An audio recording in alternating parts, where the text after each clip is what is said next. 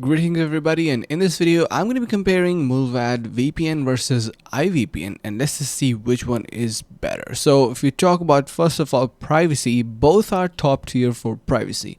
No email needed, anonymous payments accepted, and strong no logs policies. Now if we talk about servers, Mullvad has 600 plus servers in 40 plus countries. IVPN has fewer servers and locations but still offers solid global coverage.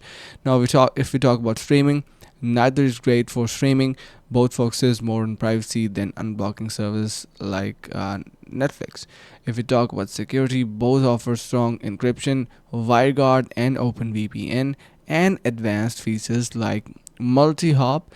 And talking about ease of use, Mullvad is super simple. IVPN is also user-friendly with a clean interface and good guides. Now if we talk about pricing, Mullvad is €5 per month flat. IVPN starts at $6 a month but offers a cheaper standard plan for basic users. Now the final verdict here is going to be both are excellent for privacy focused users.